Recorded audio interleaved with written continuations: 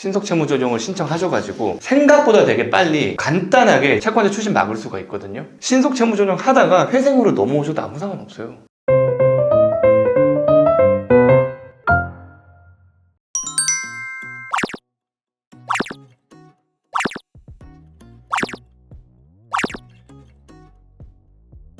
이거 가끔 드리는 질문인데 네. 회생을 신청하기 전에, 그러니까 회생을 신청하기 전에는 어찌 보면은 회생 신청 전에 내 빚이 최고조에 이르렀고 네. 내가 이걸 갚지 못하는 어떤 마지막 상황까지 왔을 때 그때 기분이 어떠셨어요? 그때 기분이? 추심은 많이 당하신 상태셨어요? 아닙니다. 제일 제가 걱정하는 게 있었습니다. 일단은 회사를 다니고 있고 급여 소득자이고 네. 이게 두 번째 개인 회생을 하다 보니까 금지 명령이 안 나더라고요. 우리도 안 나왔어요? 네. 서울에서? 네. 야, 서울에서 금지 안 나오는 거는 진짜 거의 없는데. 금지 명령이 안 나오니까 그 부분 때문에 제가 연락을 자주 드렸어요.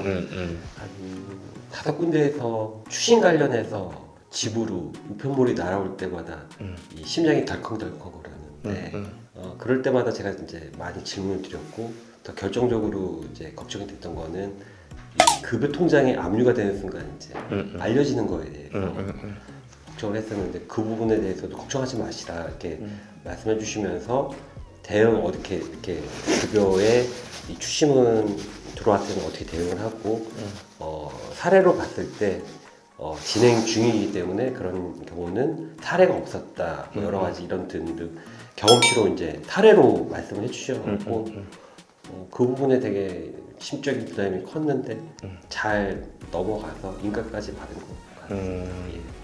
예. 말 나온 게 말씀드리는데 네. 이 가압류라는 거, 그러니까 압류랑 추심을 하기 위해서는 집행 권한이라는 게 있어야 되고요. 뭐 예를 들면 소송에서 이겼다거나 아니면은 뭐 공정증서를 작성했다거나 지급명령에서 뭐 확정된 지급명령 결정문이 있다거나 이래야 되는데 아직 우리는 연체 중인 거잖아요. 그러면 가압류를 할 수 있거든요. 가압류를. 가압류 할 때는 여러 가지 것들을 소명을 해야 되는데 일단은 그 채권이 있는지 없는지 먼저 소명을 해야 되고 법원에 이 채권자가 가압류할 때 그 다음에 이 보전의 필요성, 그러니까 내가 꼭 이 채무자의 요 채권을 채무자의 이 재산을 내가 가압류해야 되겠다는 그 보전의 필요성이라는 부분이 있는데 사실은 급여압류 같은 경우는 법원에서 이 보전의 필요성에 대해서 상당히 좀 엄격하게 좀 관리를 해요. 그러니까 예를 들면 야, 너 얘 부동산 조사해 봤어? 너 얘 통장 한번 뒤져봤어? 너 뭐 얘 뭐 유체동산이나 뭐 이런 거 한번 뒤져봤어? 이런 식으로 해서 이 채무자가 일하는 데에 이제 급여를 압류를 하면은 일단 채무자의 어떤 뭐 물론 돈 안 갚는 사람이 뭐 무슨 뭐 할 말이 있겠냐라고 얘기할 수도 있지만은 어쨌든 채무자 입장에서는 가장 좀 치부를 드러내는 일인 거잖아요. 특히 또 여기는 또 큰 회사를 다니시니까 그렇잖아요. 그렇기 때문에 법원에서는 이 통장 가압류는 돈이 묶이면 너무 불편하니까. 네. 급여 가압류는 이 회사에도 평판도 나빠질 수도 있고 진짜 재수없으면 잘릴 수도 있고 그렇기 때문에 통장 가압류나 급여 가압류는 잘 안 해요. 그리고 법원에서 잘 안 받아줘요, 생각보다. 그러니까 저한테 여쭤보시는 분들 되게 많거든요. 이거 통장 가압류되면 어떻게 해요? 급여 가압류되면 어떻게 해요? 하시는데 그게 생각보다 잘 안 돼요, 그게. 그런 부분이 어떻게 보면 법적 이 지식이 없는 분들은 그러니까 그 부분을 제일 걱정하는 거죠. 이제 내가 개인 회생을 하고 있는 거에 대해서 이 알려질까봐 이 개인 회생 고민하시는 분들 중에서도 이 급여 이게 압류가 돼서 회사에 알려지는 건 아닐까. 선생님 같은 경우는 요게 해당 사항이 없을 수도 있겠지만 저희가 어찌 보면 되게 나쁜 거긴 한데 어떤 제도라는 건 그 제도를 효율적으로 이용하는 사람, 그러니까 쉽게 얘기해서 개인회생 같은 경우도 뭐 채무자가 내가 진짜 죽기 살기로 갚는다는 사람도 있을 수가 있고 야 내가 죽기 살기로 갚을 바에야 그냥 회생으로 빨리 처리하는 게 낫겠다 라고 하는 사람이 있을 수도 있잖아요. 어느 거를 선택하든지 간에 그거는 채무자의 선택이에요, 사실은. 물론 채권자가 봤을 때는 회생하는 놈이 진짜 때려 죽이고 싶을 수도 있겠지만은 어쨌든 간에 채무자 입장에서 봤을 땐 제도가 있고 그 제도를 내가 효율적으로 이용하는 건 사실은 그거는 자기 선택이란 말이에요. 네. 그게 비난받을지언정.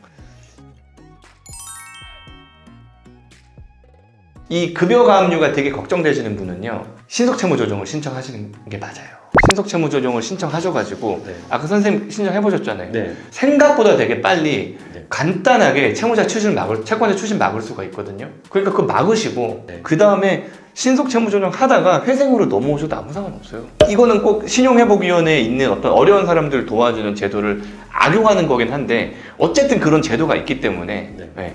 급여가압류가 너무 겁나시는 분들은 이 부적같이라도 이걸 해놓으면 일단은 신속채무조정 신청하면 압류를 안 하니까 채권자들이 네, 이 결과가 나올 때까지는 한번 해보시는 걸 개인적으로 추천을 드려요. 이거 제가 방송에서 잘 말씀 안 드리는 건데 신복이 욕먹을까봐 근데 말이 나왔으니까 네. 그리고 급여가압류랑 통장가압류는 생각보다 그렇게 쉽지 않아요. 이 보존의 필요성에서 이게 법원에서 이제 보완을 하라 그러거나 아니면은 심지어 기각 내는 경우들이 많이 있기 때문에 네. 하여튼 그렇습니다. 그리고 우리 이제 상담을 하고 네. 제가 보통 이제 핸드폰 번호를 쫙 뿌린단 말이에요. 네. 받으셨어요? 네. 저한테 연락 한 번 안 하셨죠?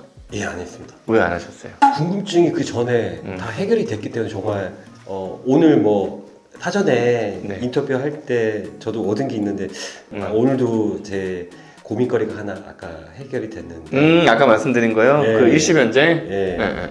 그러니까 여러 가지 고민거리가 있을 때는 일단은 혼자 아프고 끙끙 앓는 것보다 저보다 더 법적인 이 자문을 구해서 이 어렵고 궁금한 해결점을 해결해 나간다면 맞아요. 이게 왜냐면은 뭐 변호사마다 각자의 이제 특성들이 있는데 저는 어찌 보면 되게 의뢰인 중심적인 생각을 해요. 왜냐면 이제 선생님도 회사원이고 저도 회사원이잖아요. 근데 우리는 회사에서 항상 그렇잖아. 어떤 목적을 달성하기 위해서 수단과 방법을 가리지 않잖아요. 네. 아니 뭐 언제까지 뭐 해 그러면 그냥 그때까지 해야 되는 거지 뭐 이런 핑계가 없잖아요. 그냥 그게 성과고 진급이나 아니면은 뭐 성과급에 대한 어떤 결과로 나타나기 때문에 그게 이제 어쨌든 간에 저도 회사원 출신이니까 그냥 의뢰인 돈 받고 의뢰인을 위해서 제가 어떤 일을 해줘야 되기 때문에 이게 아주 잘못된 것만 아니면 네. 저는 웬만하면 의뢰인 위주로 생각을 한단 말이죠. 그래서 아까 말씀드린 것처럼 변제금 내는 방법들도 원칙적으로는 매달 그날 딱딱딱딱 내야 되는데 아니 뭐 돈 생긴 먼저 내면 되고 나중에 뭐 좀 적게 내도 뭐 어차피 폐지 안 당할 거니까 좀 나눠서 좀 내시고 조금씩 밀리면서 내셔도 크게 상관없다. 그 다음에 뭐 법원에서 이렇게 안 내냐 그러면 아 죄송합니다 하면서 또 좀 밀어도 생각보다 법원에서 왜냐면 이 변제 계획안을 완수하는 게 목적인 거지 36개월에 딱 끝내라는 게 목적. 물론 그렇게 끝내주면 좋겠지만 근데 또 그거와 마찬가지로 네. 어쨌든 법원에서는 완수하는 게 목적인 거지 이거보다 짧다고 해서 법원에서 뭐라 하는 건 아니란 말이에요. 특히 서울회생법원은 채권자 입장에서도 봤을 때 내가 어차피 2억 받을 거거든요. 그걸 2년 만에 받으나 3년 만에 받으나 4년 만에 받으나 뭘 더 좋아하겠어요? 당연히 2년 만에 받는 걸 좋아하겠죠. 그죠. 그렇기 때문에 사실은 소득의 숨김이라든가 재산의 숨김이 없잖아요. 선생님께서는. 네. 왜냐면 우리가 급여 소득자가 숨길 게 뭐가 있어요? 숨길 수가 없죠. 숨길 수가 없잖아요. 우리는 뭐 딴 거 할 수 있는 게 없으니까. 그잖아요. 그러면은 사실은 이 조기 면책이 우리는 되게 수월한 거예요. 어찌 보면. 내가 적게 쓰고 아니면은 뭐 어디서 뭐 융통을 해가지고 2년 만에 갚겠다는데 내가 뭐 빼돌린 재산이 있는 것도 아니고 소득을 숨겨놓은 것도 아니고 예를 들어서 변제율이 너무 낮아 내가 뭐 200만 원 번다고 해놓고 400만 원 번 다음에 조기 면책 신청하는 건 아니잖아요. 우리는 충분히 갚을 만큼 다 갚으니까. 그 다음에 마지막으로 항상 말씀드리는 거 이 영상을 보시는 상당수의 분들이 이제 회생을 고민하시는 분들이 많이 보신단 말이죠. 네. 혹시라도 보실 분들을 위해 한 말씀 해주세요. 회생 선배로서. 아마 여러 가지 이유들로 부채로 개인 회생을 고민하시는 분들이 많을 텐데요. 저는 이제 이번이 두 번째 이제 다 저의 잘못이고 책임이지만 그거 가지고 너무 자책하고 그로 인해서 여러 가지 주변인 분들을 힘들게 하고 그럴 고민을 하지 마시고 그냥 쉽게 생각해 주셨으면 좋겠어요. 여태까지 건전하게 사회생활을 하시고 어떻게 보면 법원이라는 나라에서 하는 제도를 활용해서 하는 거지만 여기 신청하시는 분들도 어떻게 보면 여태까지 국가에 세금을 납부하셨고 의무도 다 하셨고 어떻게 보면 이런 제도를 통해서 다시 한 번 더 재기하고 건전한 경제 활동을 하고 한다면 또 긍정적인 하실 수 있는 이 발판을 마련해 주는 거니까 너무 개인적으로 너무 힘들어 안 하셨으면 좋겠고 이 법원에서 여러 가지 법적인 해결 때문에 이거는 어떻게 너무 나의 치부를 드러내는 거 아니냐 이렇게 생각하실지 모르겠지만 절대 그런 생각 안 하셨으면 좋겠어요. 아마 제 이 얘기가 이해가 되실지 모르겠지만 자꾸만 음지로 숨으시려고 하지 마시고 양지로 나와서 여러 가지 이런 제도를 통해서 다시 건전한 그리고 미래를 위해서 좋은 생각을 많이 활용하셨으면 이런 계기가 됐으면 좋을 것 같아서 저도 용기 내서 이 자리에 나왔습니다. 하여튼 잘했다는 건 아니지만 너무 미안해 하실 생각은 사실 없는 것 같아요. 왜냐면 어쨌든 간에 지금까지 수많은 이자를 우리가 냈잖아요. 솔직히. 네. 안 갚는다는 게 잘했다는 게 계속 아니라고 말씀드리는 거고. 다만 개인 부채를 안 갚는 거는 솔직히 조금 왜냐면 개인들은 그런 것들을 극복에는 힘이 없잖아요. 은행은 그걸 극복에는 힘이 있어요. 왜냐면 이자 놀이를 했으니까. 네. 근데 개인들도 뭐 사채업자한테 안 갚는다? 그건 나라에서 보호해줘요. 근데 주변 지인들이나 친한 친구들한테 빌려가고 안 갚는다? 그건 좀 나쁘긴 해요. 어쨌든 간에 그런 것들은 또 빌려주는 사람이 또 잘 돈을 갚는 사람의 채무를 좀 이 변제 능력을 좀 확인해 봐야 될 일인 거고 그렇기 때문에 너무 잘했다는 건 아니지만은 이 빚 때문에 내가 말씀하신 것처럼 음지로 계속 내 스스로를 자책하고 이 사회에 복귀할 수 없을 정도로 심지어는 죽는 사람도 많잖아요. 그렇죠. 안 좋은 선택을 하시는. 네. 그러니까 그러는 거는 아닌 것 같아요. 그런 사람들을 구제하기 위해서 이런 제도가 있기 때문에 뭐 저한테 안 오셔도 되고요. 어쨌든 주변에 이런 해결할 방법들이 있으면은 한번 적극적으로 알아보세요. 그러면 분명히 도움이 될 거예요. 물론 제일 좋은 건 빚을 안 만들고 자기 빚을 잘 관리하는 거겠죠. 제 스스로 해결할 수가 없기 때문에 저도 자문을 구하고 이렇게 찾아오게 된 거고 이 자리에 쓰게 된 거니까 일단은 내 고민거리를 전문가분한테 꼭 자문을 구해 보는 게 좋을 것 같다. 전문가를 좀 찾으셔서 내 궁금한 거를 말씀하시고 들으신다면 아마 지금이라도 오늘 밤이라도 2달이 쭉 피하고 편하게 주무시지 않을까. 그렇죠. 네, 잠을 주무셔야죠. 네, 편하게. 네, 그 말씀 드리고 싶습니다.